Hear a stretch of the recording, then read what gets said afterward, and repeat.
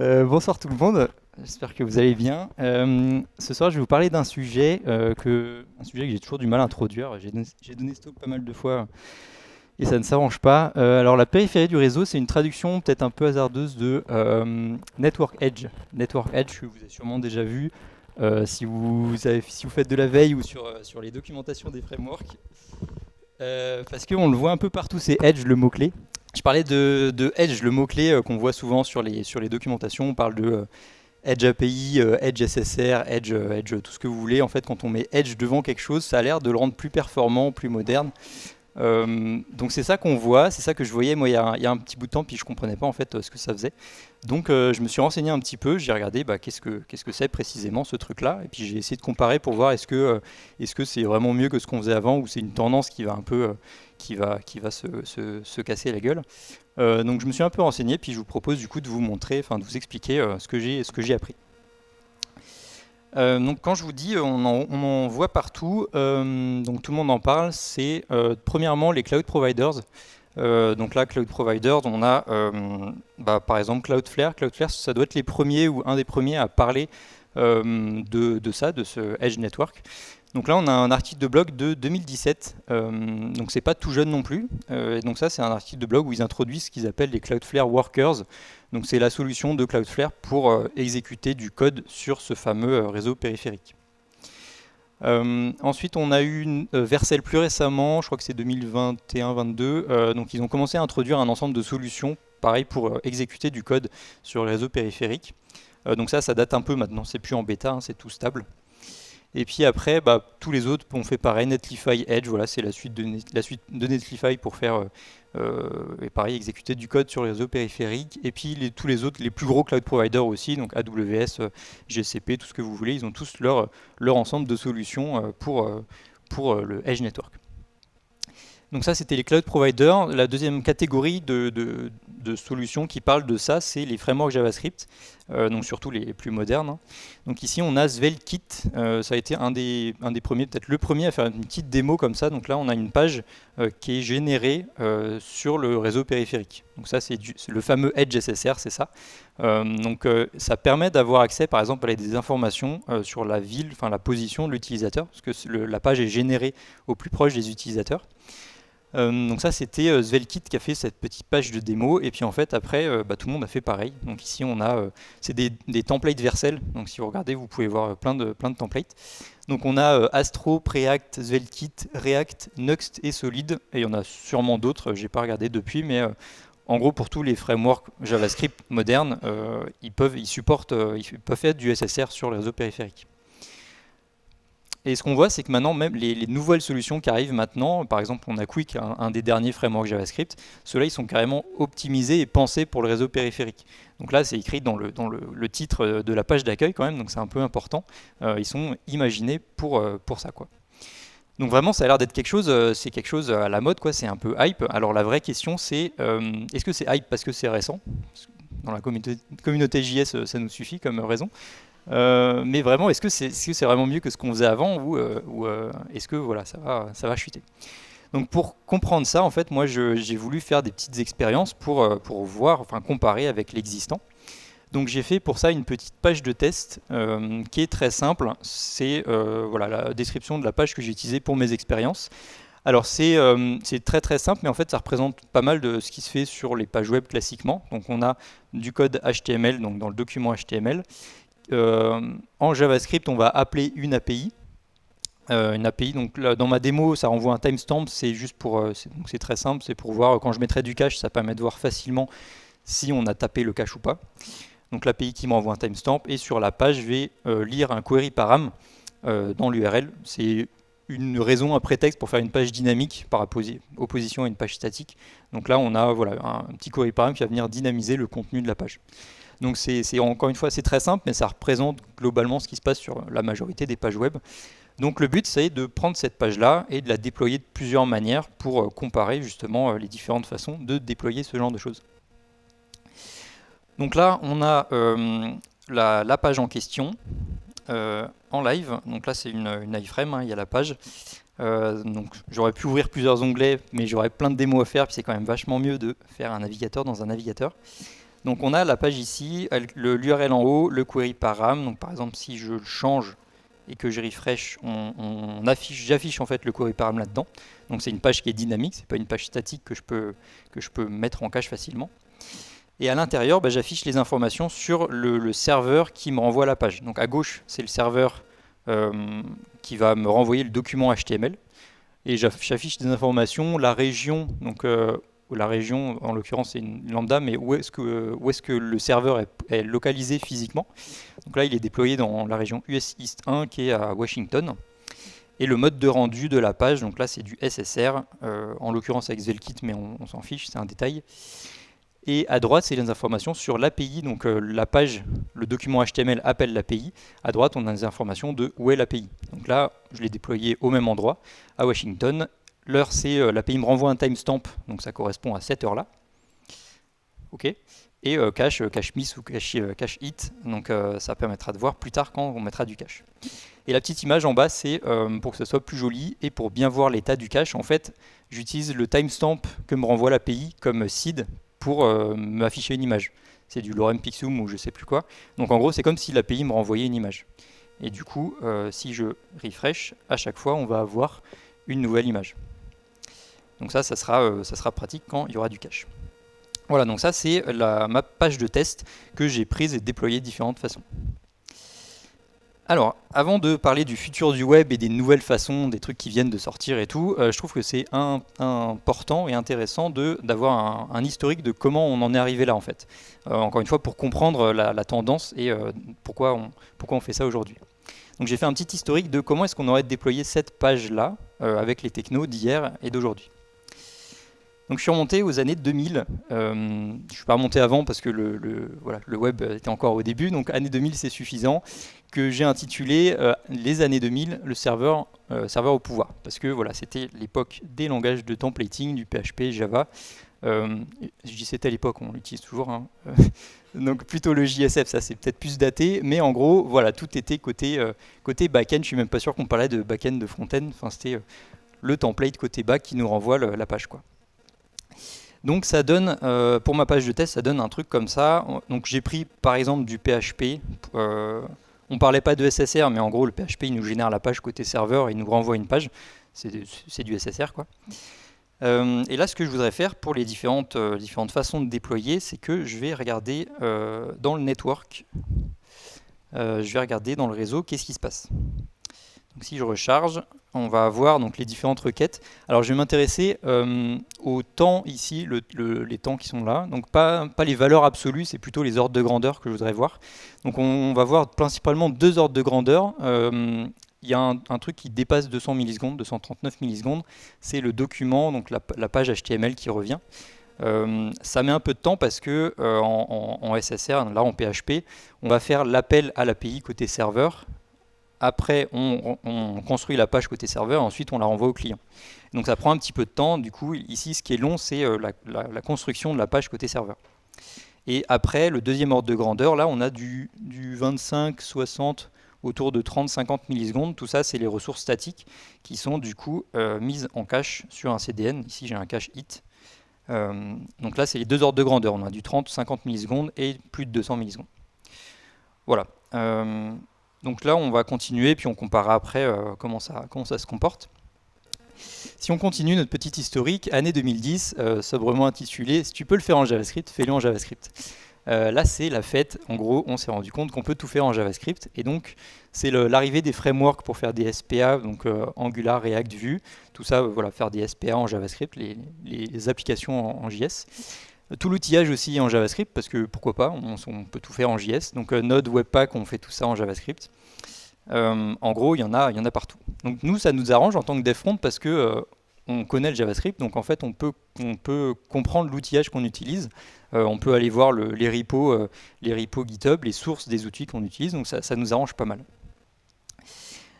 Qu'est-ce que ça donne? Alors ça donne, voilà, les fameux loaders.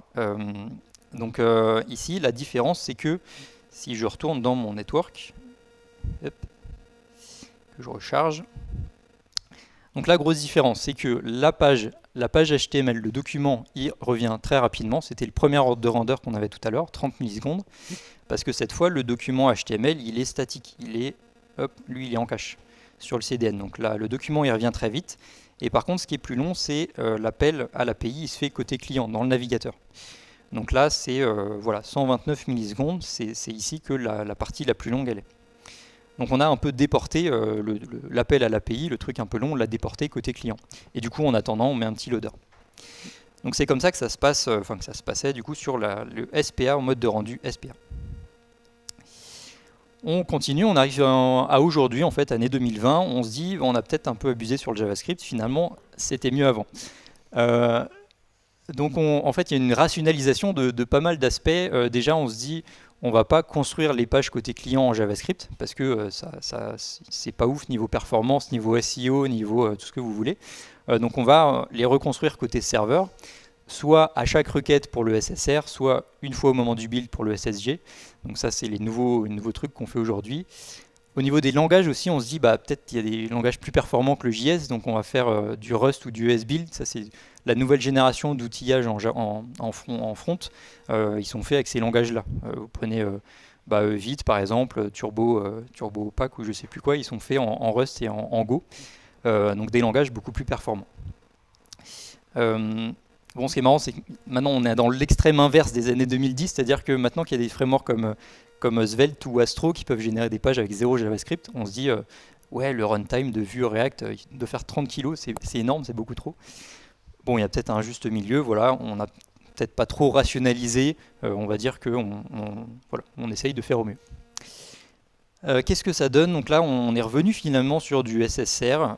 Donc j'ai mis SvelteKit, mais on peut faire pareil avec du Next, du Nuxt, tout ce que vous voulez. Et qu'est-ce que ça donne dans le network? Hop, si je recharge. Et ben, sans grande surprise, on a un peu ce qu'on avait au début, quoi. Le truc qui est long, c'est la construction de la page côté serveur. On est autour de 200 millisecondes. Et les autres, là, on a l'appel d'API se fait côté serveur, et les autres, c'est mis en cache, donc autour de 30 millisecondes. Donc finalement... c'est pas l'image, ça. Il y a des trucs bizarres dans les... Hop. Dans les timings, des fois, c'est un peu bizarre. Je crois que l'image ici met plus de temps, je sais pas trop pourquoi. Il y a peut-être moins de... un cache moins performant, je sais pas. Ouais, là-dessus, c'est pas une science exacte, hein. On va s'intéresser à ceux-là qui nous arrangent bien. Non, en vrai, puis des fois, il y a les résolutions résolutions DNS ou ce genre de choses. Ça varie pas mal les temps de...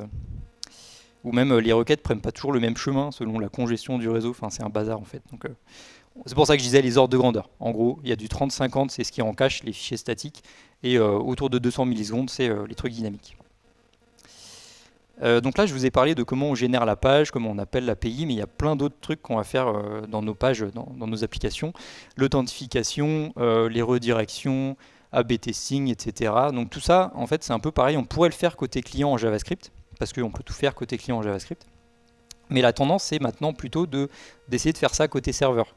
Parce que pour les mêmes raisons, c'est plus performant et c'est plus performant. Voilà. Donc on arrive à cette première conclusion, ce premier postulat en fait que le futur du web sera plutôt côté serveur. Donc là on a Kenzie Dodds, vous connaissez sûrement, personnalité de l'écosystème React, qui dit le futur tourne sur les serveurs. Si votre librairie tourne que côté client, essayez de faire en sorte que ça fonctionne aussi côté serveur. Donc ça, c'est vrai que quand on fait du SSR ou du SSG et qu'il y a une librairie, n'importe quoi, qui va lire dans l'objet document ou window, et ça pète notre build. Donc c'est pas cool. Donc là, voilà, première chose, on va essayer de faire en sorte que tout peut fonctionner côté serveur.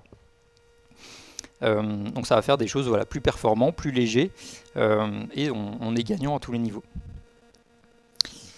Alors, si on veut tout faire côté serveur, le truc qu'il va falloir, c'est avoir des serveurs performants. Il faudra que les serveurs nous répondent rapidement. Donc on va passer à comment est-ce qu'on fait un serveur finalement. Expliqué par un dev front, donc je sais pas s'il y a des ops bêta, mais soyez indulgents, ceux qui savent faire des serveurs. Donc pour faire des serveurs, moi je vois deux grandes catégories de solutions. La première, c'est tout ce qui est à base de containers, donc souvent du Docker. Donc on va avoir dans un conteneur, on peut mettre un peu tout ce qu'on veut. On peut mettre un serveur Java, Spring Boot, un serveur Node, ce que vous voulez, un serveur de fichiers statique. Donc on met tout ça dans des conteneurs, on va faire un gros cluster cube pour orchestrer notre application, on déploie ça, ça marche très bien, il n'y a pas de souci. Le truc c'est que ça c'est vraiment pour les gens qui savent faire, quoi. Pour les autres, pour nous les dev front, il y a une autre catégorie qui s'appelle les serverless functions. Donc là il y a le mot magique qui est serverless. Donc il y a, spoiler, il y a peut-être un serveur, mais en fait on n'a pas besoin de le savoir, on ne sait pas trop comment c'est fait. Peut-être que ça utilise la première catégorie, il est possible, mais on ne sait pas, on n'a pas besoin de le savoir. On va juste écrire des fonctions, et encore mieux, en fait, c'est des fonctions en JavaScript. Et ça c'est cool, parce que ça on sait faire. Donc c'est ça que j'ai fait moi du coup, enfin je me suis basé là-dessus, sur le reste du talk je vais parler des fonctions lambda. J'appelle ça fonction lambda pour AWS qui appelle ça comme ça, et tout le monde appelle ça comme ça. Donc ici vous avez le code de mon API, la fameuse, qui renvoie un timestamp. Donc c'est tout simple, c'est une fonction qui prend en paramètre la requête et qui va construire la réponse. Donc là-dedans j'ai la région, qui est une variable d'environnement, et le timestamp. Donc c'est juste le code de ma fonction que j'ai déployé. Je l'ai déployé en l'occurrence avec Vercel. J'ai testé un peu Cloudflare, mais tout ce dont je vous parle, c'est pas dépendant d'un cloud provider. Ça fonctionne chez tous les cloud providers. C'est juste, je vous parle de ce que j'ai utilisé. La syntaxe varie peut-être un petit peu, mais en gros c'est pareil. Le problème, quand on fait, donc je vous ai décrit là, les fonctions lambda, on écrit une fonction JavaScript, on va déployer ça. Quand on déploie une fonction lambda, on va spécifier une région, comme je disais au début. Une région, c'est en gros un data center sur laquelle la lambda s'exécute. Donc par exemple, je vais déployer ma lambda à Washington. Et le truc, c'est que peu importe l'endroit dans le monde où les utilisateurs sont, ils vont requêter ma lambda, mon API, et la requête va aller jusqu'à la lambda. Donc si on n'est pas loin, tant mieux, ça va aller vite, parce que la requête n'a pas beaucoup de trajets à parcourir. Et si on est beaucoup plus loin, ça va aller beaucoup moins vite, parce que la requête a beaucoup plus de distance à parcourir. Bon, il paraît qu'on m'a fait remarquer que la Terre est ronde, donc en vrai, il y a le Pacifique entre les deux, donc je maintiens qu'il y a des endroits où ça va être beaucoup plus long, selon où on appelle l'API. Ça varie vraiment. Donc ça varie vraiment, mais c'est cool, mais moi je voudrais des chiffres en fait pour comparer.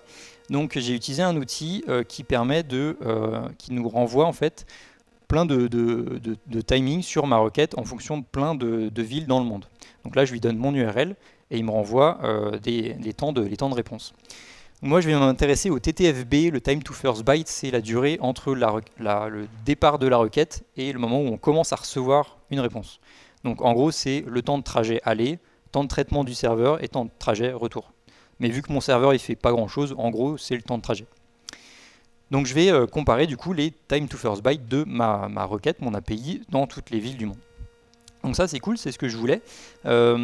On voit pas grand chose ici, premièrement parce que c'est sûrement trop petit, et en plus c'est un tableau, et donc on ne peut pas trop comparer des choses dans un tableau. Donc j'ai pris justement les chiffres qui sont dans la colonne time to first byte, et j'ai mis ça sur un petit graphique. Et là on voit quand même beaucoup mieux, et surtout sur ce graphique en abscisse, ici j'ai les villes ordonnées par longitude. Donc c'est-à-dire vous imaginez un planisphère centré ici sur New York, et donc plus on s'éloigne de New York. Voilà.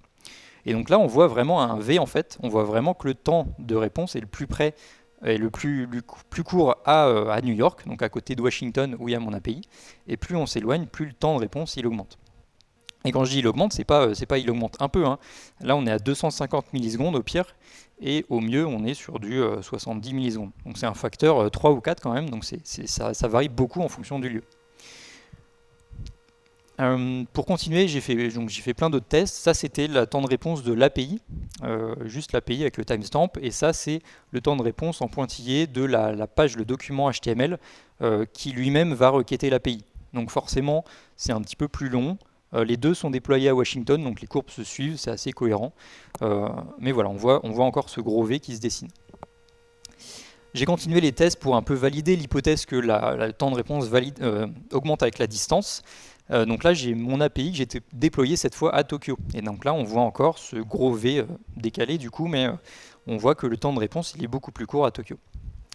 Donc là, peut-être les plus observateurs, vous pourrez remarquer que c'est censé redescendre de l'autre côté, parce que Bangalore, c'est plus proche de Tokyo que les autres là.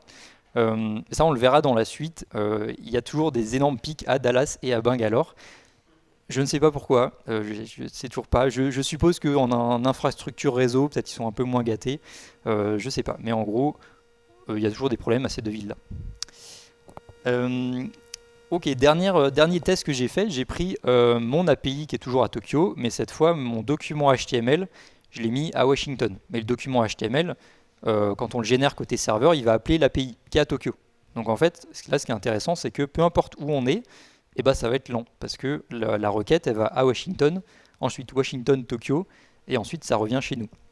Donc le moins pire, c'est quand on est à Washington, mais en fait c'est lent partout. Donc là, on pourrait se dire, bon, j'ai un peu abusé, quoi, j'ai pris le truc le plus lent, mais quand on réfléchit un peu, quand on appelle une API, mais on ne sait pas trop où elle est, bah, potentiellement, on est dans ce cas-là, quoi. Parce que notre serveur qui génère notre page en SSR, il va appeler une API, on ne sait pas où elle est, bah, il y a moyen que la requête fasse le tour du monde. Donc ça peut arriver. On va essayer que ça soit rare, mais ça c'est pas déconnant. Et du coup, c'est ça le problème qu'on a actuellement avec les lambdas. Enfin, actuellement. Quand on déploie une lambda à un endroit précis, c'est ça le gros problème qu'on peut avoir. Et donc, c'est à ce problème que va essayer de répondre le fameux réseau périphérique. Donc là, c'est le moment de mettre des étoiles dans les yeux et d'essayer de voir en quoi ce truc-là va vraiment solutionner le problème. Donc là, je vais essayer de vous expliquer ce que j'ai compris du moins du réseau périphérique, parce que en lisant pas mal de docs, je vois que les cloud providers ils sont pas super précis sur ce réseau périphérique, sûrement pour protéger un peu leur infrastructure, hein, ce qui se comprend. Donc voilà, je présente les grandes lignes, puis j'espère pas trop dire de bêtises. Alors, on va partir du bas niveau, donc un serveur. Non, on va partir un peu plus haut niveau. Internet, le réseau Internet. Je pense que vous savez que c'est un réseau de réseaux. En fait, c'est plein de réseaux connectés entre eux. Et pour connecter deux réseaux, il faut bien quelque chose qui est connecté aux deux réseaux à la fois, quoi, pour faire la passerelle entre les deux. Donc ce quelque chose, c'est un Network Edge Device. On va appeler ça comme ça. Donc un serveur. Bon là, il y en a deux. On va dire que c'est celui-là. Edge Device ou Edge Server, celui-là, il va faire la passerelle entre les deux réseaux. Donc si je prends un exemple, on va dire que nous, on est dans le Network A ici. On a un ordi qui est connecté au réseau A. On demande une ressource qui est située sur le gros point violet. Donc Internet Backbone, c'est le cœur d'Internet, hein, les gros data centers fibre optique. On va dire on demande un document HTML qui est ici. Et ben, notre requête, elle va passer par notre fournisseur d'accès Internet, le gros rond orange, qui lui-même est connecté au cloud provider, au cœur d'Internet là. Et justement, il va être connecté, pour connecter deux réseaux, il y a un Edge Server. Donc si on regarde bien, en fait, nous on est dans le réseau A là, on demande la requête, la ressource qui est dans le gros point violet. En fait, parmi tous les serveurs du cloud provider, celui qui est le plus proche de nous, eh ben, c'est le Edge Server. Donc c'est celui qui va être capable de répondre le plus rapidement possible à notre requête. Donc là, je parle d'un fichier statique, mais par exemple, si on avait du code à exécuter, ben, c'est lui qui serait le plus proche de nous, en fait, qui pourrait nous répondre le plus vite possible. Et donc ce petit Edge Server là, évidemment sur un cloud provider, il n'y en a pas qu'un seul. Donc si on prend l'ensemble de ces Edge Servers, on obtient le fameux réseau périphérique. J'ai mis les traductions en dessus là, des fois c'est un peu chelou en français. Ici ça va encore, mais voilà, en gros on a le Edge Network, ça c'est celui de AWS. Donc AWS c'est un peu compliqué, ils ont plusieurs niveaux de Edge, la Edge Location, ils ont des caches régionaux. Donc dans l'idée, voilà, c'est plusieurs niveaux de Edge Location. Ça c'est Cloudflare, ils ont encore plus de points, donc après ça se trouve, je ne sais pas s'ils ont plus de serveurs, c'est peut-être juste une différence de représentation, mais en gros il y a des serveurs vraiment partout, quoi. Sauf à des endroits où il n'y a pas d'humain, donc pas de serveur, je ne sais pas. Donc c'est ce fameux réseau là, ce fameux Edge Network, ça fait longtemps qu'on les utilise en fait comme CDN, donc ça c'est pas nouveau. Les CDN, donc le principe rapidement, c'est on a un utilisateur, par exemple australien, il demande une ressource qui est située sur ce serveur-là, qu'on appelle le serveur d'origine. En fait, la requête, elle va passer par le Edge Server le plus proche, donc le serveur du Edge Network qui est le plus proche de l'australien. En vrai, il y en a sûrement un qui est plus presque que ça. Ce serveur-là, s'il a la ressource demandée, il va le renvoyer tout de suite, ce qui va aller super vite parce qu'il n'est pas loin. Et s'il n'a pas la ressource, il va le demander au serveur d'origine. Il le renvoie à l'utilisateur, il le met en cache pour les suivants. Donc ça, c'est pas nouveau, c'est le CDN, ça fonctionne depuis longtemps, ça fonctionne très bien. La nouveauté, c'est de se dire, bah, plutôt que de faire ça juste avec les fichiers statiques, eh ben, pourquoi pas mettre le code de nos fonctions lambda. Donc le code serveur qu'on veut, pour faire nos API, notre SSR, on peut faire tout ce qu'on veut sur une lambda. On va le mettre, et ben, on va le déployer un peu partout sur le CDN, enfin sur le Edge Network. Et là, en fait, on aura plus ce problème de l'Australien qui est super loin de Washington, parce que quand il appelle l'API, la requête va aller au Edge Server le plus proche. Et donc, normalement, ça devrait être beaucoup plus rapide. Donc c'est ça la petite nouveauté. Ouais, là, on atteint des sommets en termes de traduction. Mais voilà, globalement, c'est censé être mieux. Donc les bénéfices de ces, je vais appeler ça Edge Functions, tout le vocabulaire ça dépend du cloud provider, mais je trouve que c'est assez parlant, Edge Functions. Donc bénéfice, c'est censé aller plus rapide, faible temps de réponse, parce que c'est plus rapide, enfin c'est plus proche, je veux dire.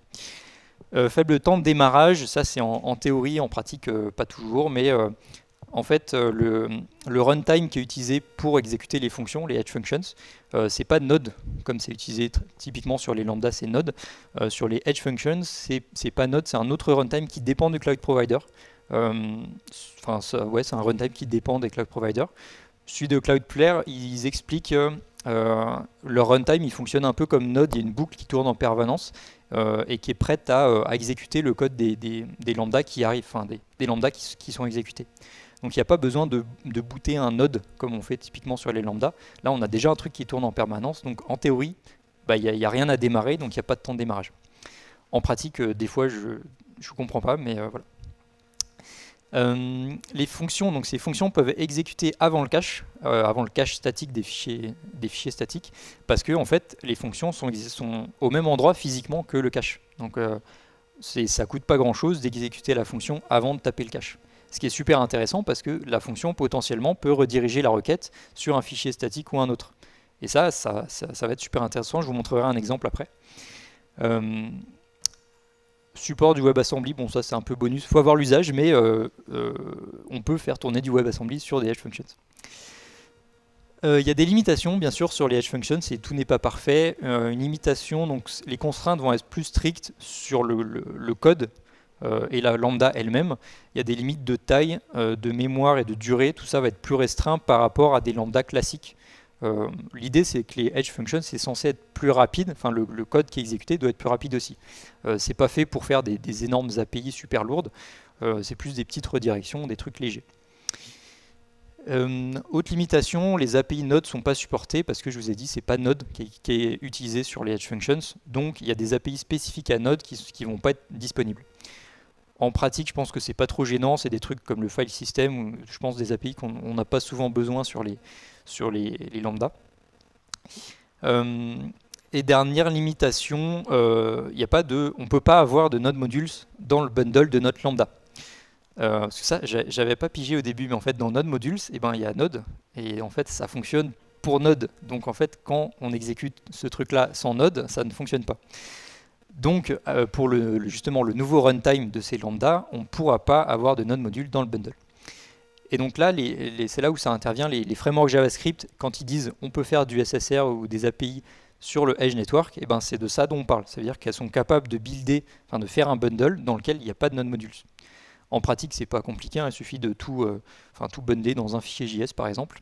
Mais voilà, les frameworks JavaScript qui font tout ça maintenant, ils supportent une target qui n'a pas de Node Modules.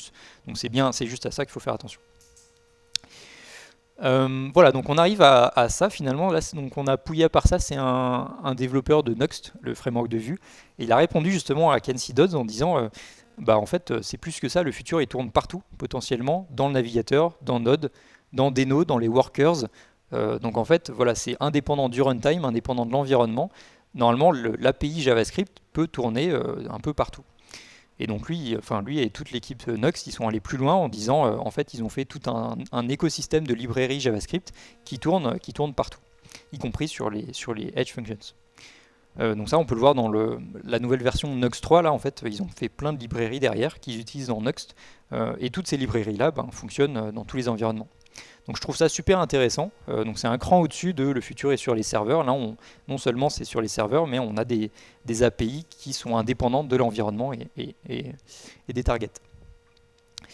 Voilà. Alors qu'est-ce que ça donne tout ça? C'est bien beau, mais en pratique, est-ce que c'est vraiment mieux? Et ben j'ai testé, donc là c'est l'API de Vercel, comme je vous disais, ça marche pareil sur les autres cloud providers. Donc là j'ai configuré ma lambda en mode Edge. La région, il n'y en a plus, parce que ben, ça va être exécuté partout.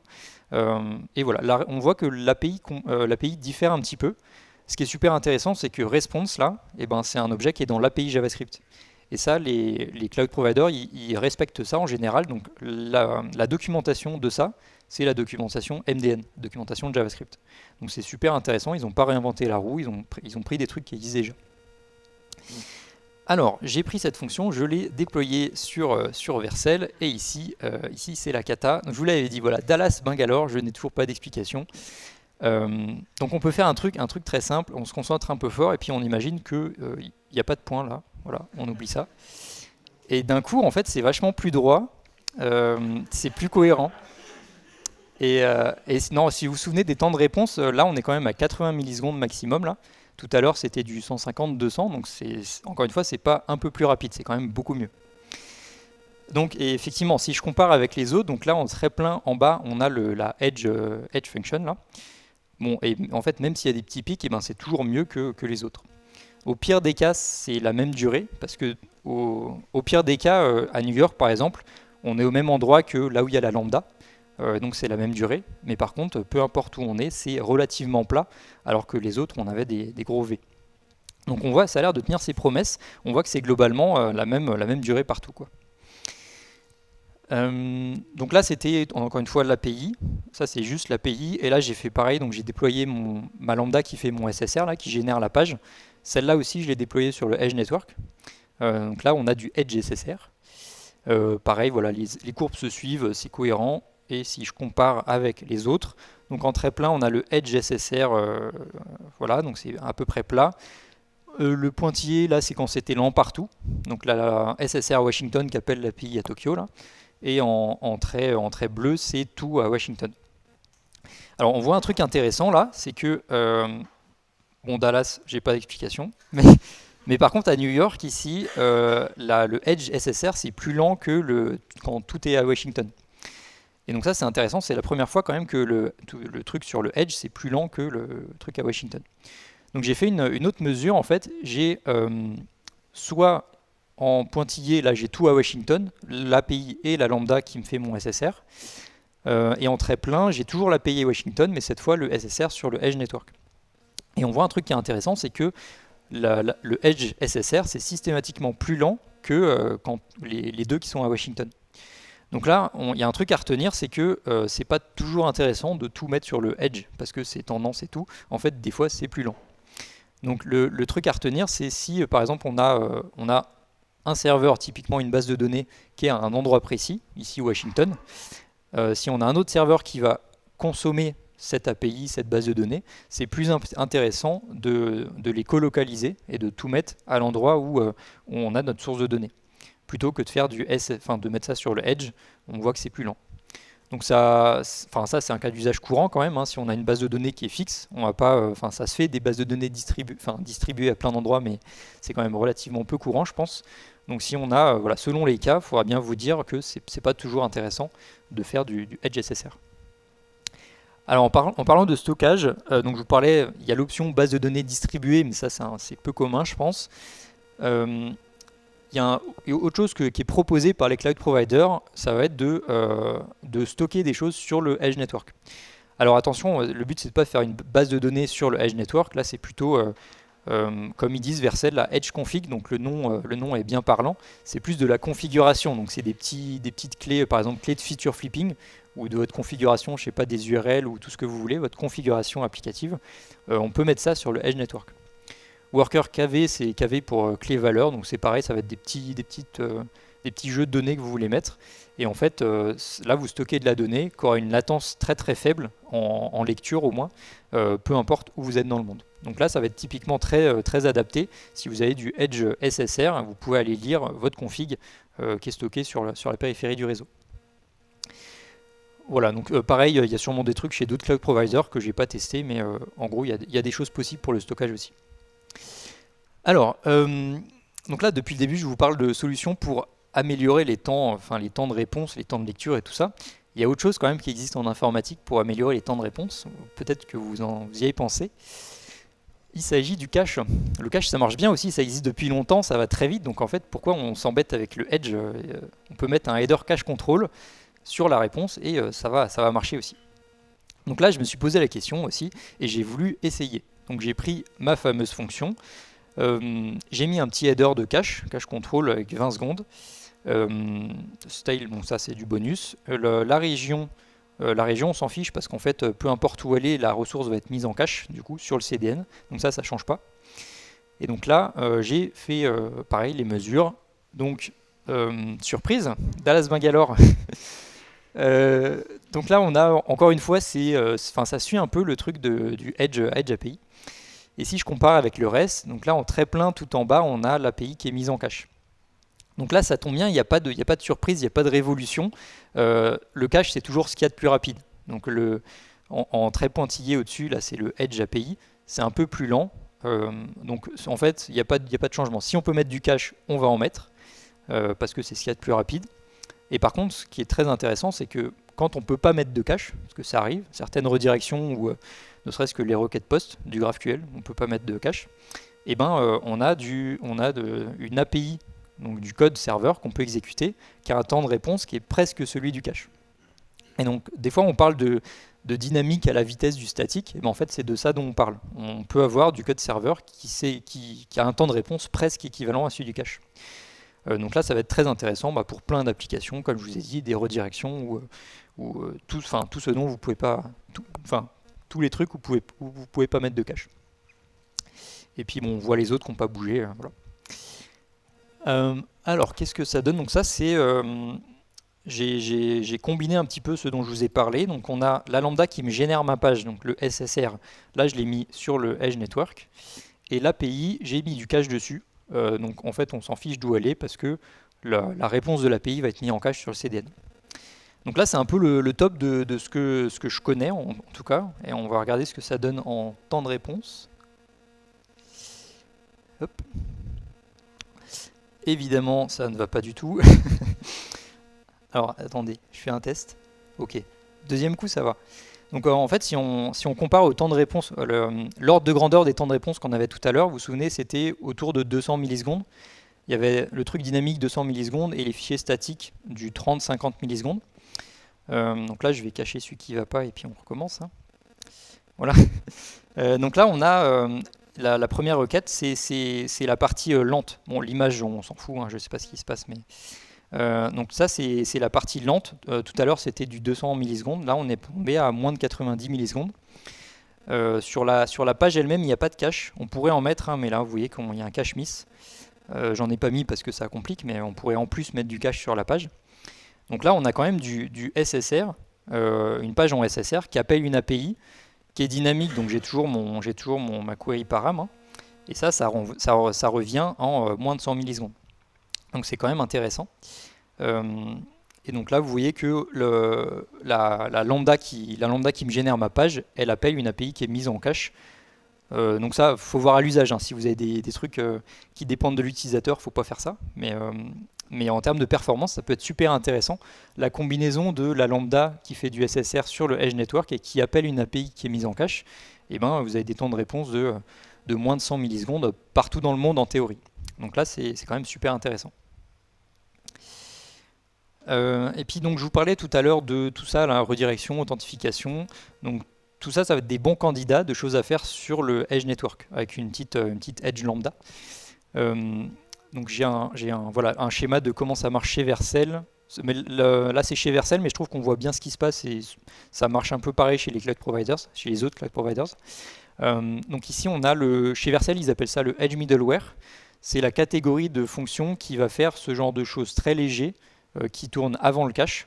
Donc si on veut faire des redirections, ajouter des headers, modifier la requête selon des feature flags, tout ça on fait ça avant le cache. Donc le cache statique, hein, les fichiers statiques. Et après on a l'autre catégorie de fonctions qui va être des traitements plus lourds, du SSR ou des API, qui va tourner donc après le cache. Donc là on voit qu'il y a deux catégories de Edge Functions. Il y a les trucs très légers qui tournent avant le cache. Et après, on peut avoir cette catégorie-là qui tourne après le cache. Donc ça veut dire que là, la réponse peut être mise en cache. Ceux-là, la réponse ne peut pas être mise en cache parce qu'ils sont pas au bon endroit. Mais ici, voilà, tout ce qui est lourd, on peut mettre le retour en cache. Donc là, on voit vraiment comment ça se passe, où est le cache par rapport aux différentes catégories de fonctions. Donc ça aide bien à comprendre, je trouve, le fonctionnement de ces trucs-là. Un petit exemple ici de donc Edge Middleware. Donc là, c'est le type de fonction lambda qui fait quelque chose de léger, en l'occurrence une redirection. Donc là, j'ai une petite lambda qui va rediriger la requête selon la langue de l'utilisateur, qu'on va lire dans le header accept langage. Elle va rediriger la requête sur la version française ou anglaise du site, par exemple.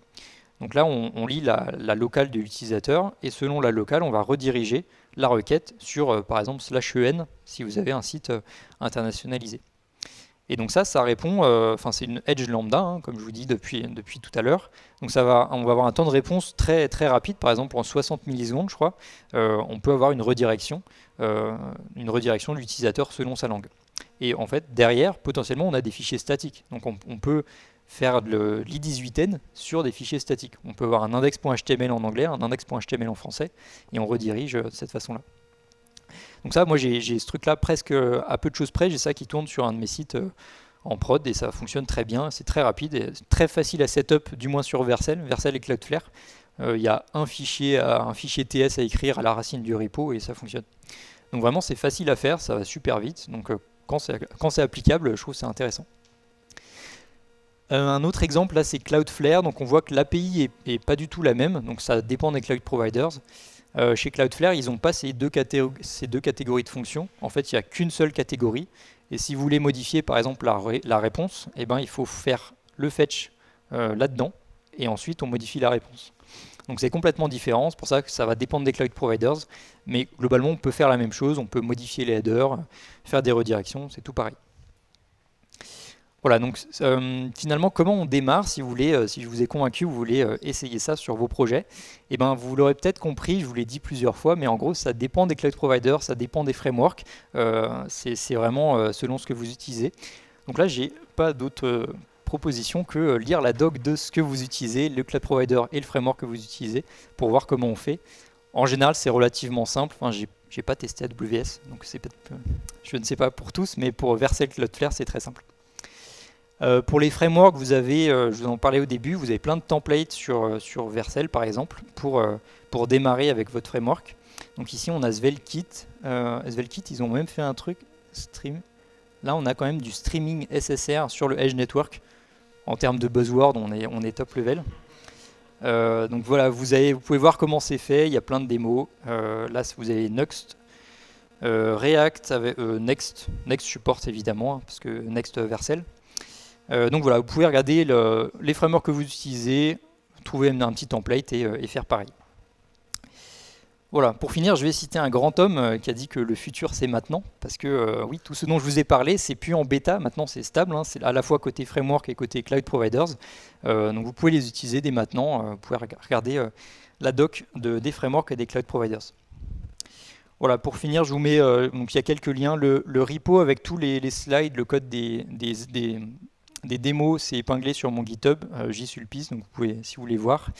Et là, je vous ai mis des petits liens de documentation. Il y a ça qui est très intéressant, comment ça fonctionne. Ils expliquent comment fonctionne la runtime. Sinon, voilà, Edge Config, vous pouvez aller creuser un petit peu. J'ai mis ces deux cloud providers, mais évidemment, allez voir les autres si vous voulez. Ça fonctionne tout pareil.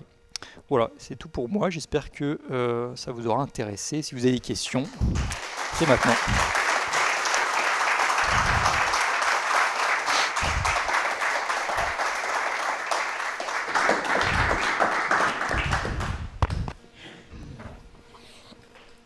Est-ce que vous avez des questions pour Julien? Ouais, j'arrive.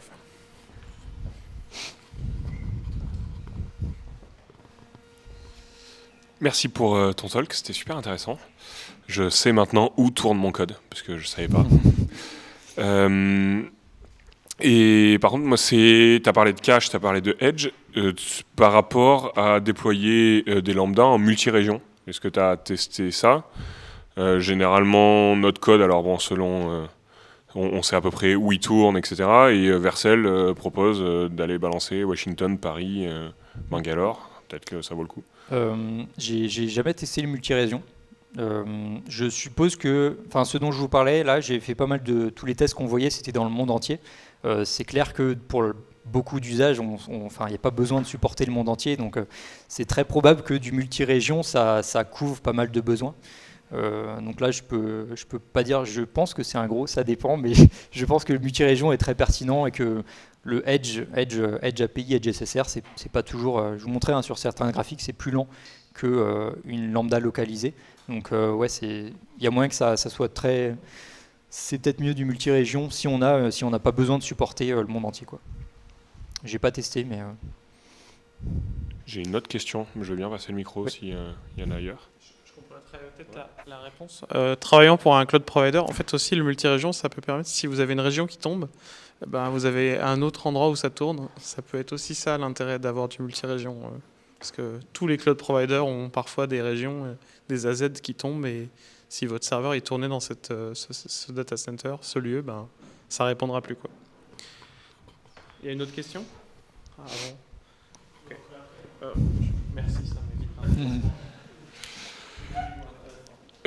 Et du coup, la deuxième, elle est sur le cache et pas sur Edge. Je me souviens plus exactement du header que tu avais calé sur le cache, mais du coup, tu as parlé de cache au niveau CDN. Après, il y a le cache au niveau navigateur, qui fait que normalement, tu es à peu près à 0 millisecondes de réponse. Est-ce que les caches au niveau CDN, tu sais comment ça fonctionne? On sort un peu du point, mais en fait, je me suis jamais posé la question. Parce que si juste tu sers ton truc au navigateur, tu lui renvoies un header, derrière, comment et pourquoi il y a un CDN qui va récupérer le truc au milieu? La question, c'est comment ça fonctionne sur le CDN, c'est ça? Par exemple, tu as ta lambda, tu retournes avec un header. Pourquoi le CDN il vient intercepter ça? Est-ce que c'est du code à implémenter de ton côté? Est-ce que c'est quelque chose d'un peu plus... Là, c'est le fonctionnement du CDN qui va de toute façon intercepter la requête, parce que c'est fait pour ça. Il intercepte la réponse et il va le mettre en cache sur le Edge server le plus proche de l'utilisateur. Donc là-dessus, il y a de la logique, ça dépend des codes de retour. Par exemple, par défaut, ils ne mettent pas en cache quand il y a une erreur, contrairement au navigateur. Si tu mets un cache navigateur, une erreur 500, il te la met en cache le navigateur. C'est pour ça que j'ai mis un S max age sur l'API. S comme ça, tu n'as pas de cache du navigateur. Parce que sinon, si ton API répond une 500 et que tu as mis un max age, le navigateur va mettre en cache ton erreur. C'est un peu chiant. Donc sur les API, je mets toujours un S max age, comme ça c'est en cache sur le CDN et pas le navigateur. Et donc là, comme je disais, il y a des contraintes. Par exemple, le post, les CDN ne vont pas mettre en cache les requêtes post. Enfin, là, c'est la tambouille du CDN, on n'a pas du tout à s'en préoccuper. Ils documentent ça, par exemple, ça doit documenter sur la doc de Vercel, pour le CDN de Vercel. Donc voilà, ça fonctionne très bien de base. Faut juste faire gaffe au header, comme je disais, si tu mets un max age, ça peut poser problème. Mais... Donc ça veut dire quand tu mets une lambda chez Vercel, ça passe forcément par leur CDN avant le CDN de Vercel. Enfin, si tu mets du cache sur ta lambda, ta lambda sera pas forcément mis en cache. Mais... Ok, intéressant, merci. Parce que souvent c'est ce qu'on veut. Si tu veux mettre du cache, ça va de toute façon passer par le CDN. Yes, et je compléterai aussi, tu as parlé du S-Max-Edge et du Max-Edge, on peut piloter un cache public, un cache privé dans le navigateur. Il y a une conférence d'Hubert Sablonnière sur le cache HTTP, où il fait depuis le navigateur jusqu'au serveur, c'est quoi les endroits où ça cache, quoi. C'est quoi le cache? Je recommanderais cette vidéo pour compléter sur ce sujet, je pense. Yes.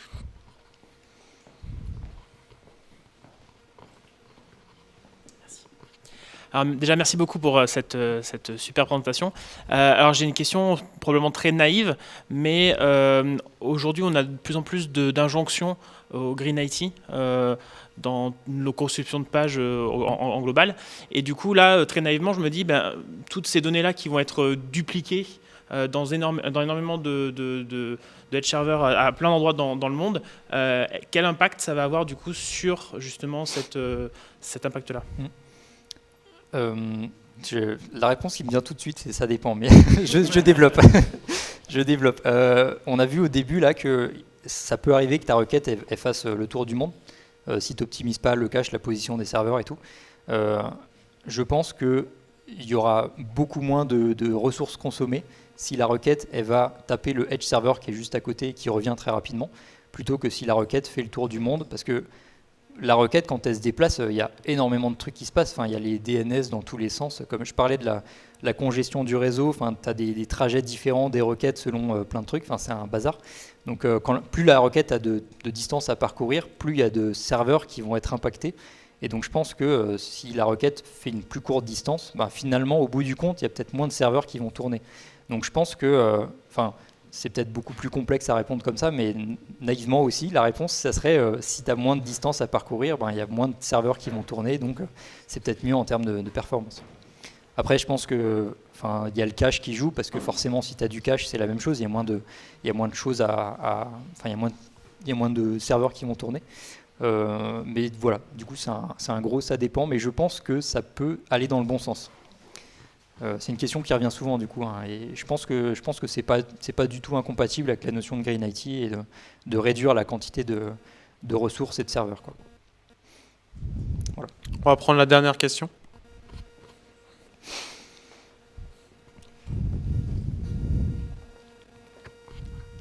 Merci beaucoup. J'imagine qu'en général, la plupart des trucs que tu vas faire avec ça, ça va être sur des applis qui vont avoir besoin d'un peu de patates, de perf, avec pas mal de monde. Du coup, combien ça coûte par milliseconde gagné?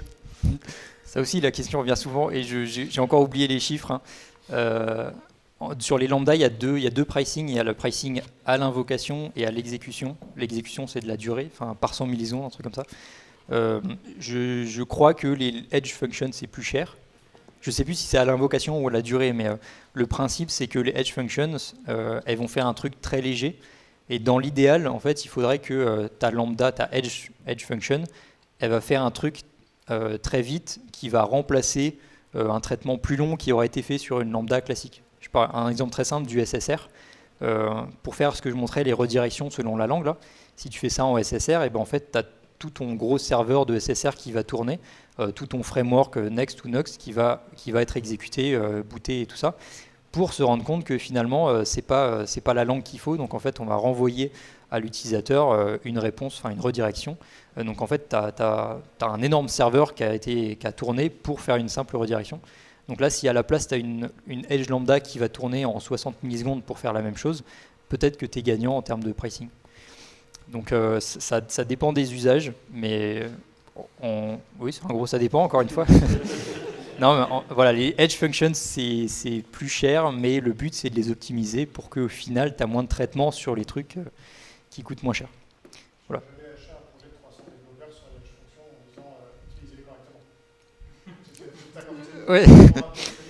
Je suis d'accord, faut étudier un peu le truc et il faut cadrer, parce que, comme je disais, c'est pas toujours intéressant. Et voilà, là, je t'avoue que je ne l'ai pas fait sur un projet de 300 personnes, mais je sais que c'est utilisé, c'est quand même utilisé sur peut-être des besoins très, très, très restreints. Tu vois, si tu as un seul mini besoin qui va être couvert par les edge functions, peut-être c'est déjà ça. Donc, voilà, faut étudier le truc. Mais... Yes. Je compléterais que la France est un des rares pays du monde qui est présente sur quasiment toutes les time zones. Et il y a beaucoup de services numériques français qui mériteraient d'être sur des edge, faire du edge computing.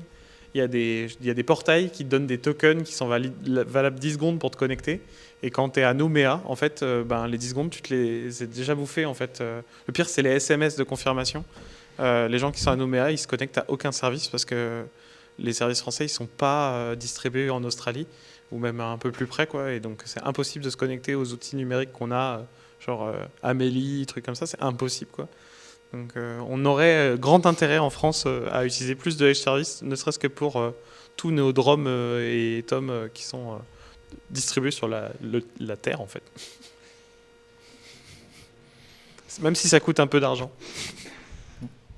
Yes. Et si on s'arrêtait là, Mickaël, on stoppe l'enregistrement? Attends, je fais une blague. Merci beaucoup, Julien, encore une fois.